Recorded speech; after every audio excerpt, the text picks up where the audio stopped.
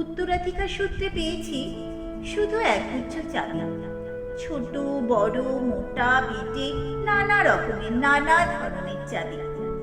মা বললেন যত্ন করে তুলে রেখে দে। তারপর যখন বয়স বাড়ল, জীবন এবং জীবিকার সন্ধানে পথে নামতে হলো, পকেটে সম্বল শুধু সেই একগুচ্ছ চাবি। ছোট বড় মোটা বেটে নানা রকমের নানা ধরনের চাবি। কিন্তু যেখানেই যাই, সামনে দিকে প্রকাণ্ড এক দরজা, আর তাতে ঝুলছে প্রকাণ্ড এক তালা। পকেট থেকে চাবির গুচ্ছ বের করি, এ চাবি সে চাবি ঘোরাই ফেরাই, লাগে না, খুলে না।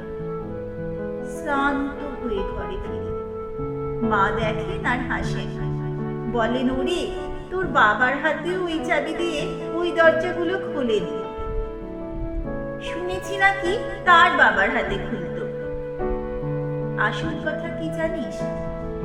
এসব চাবিগুলো সততার, সত্যের, যুক্তির, নিষ্ঠার।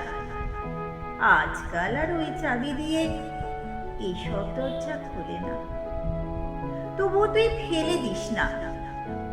তুইও যখন চলে যাবি, তোর সন্তানদের হাতে দিয়ে যাস এসব চাবির গুচ্ছ।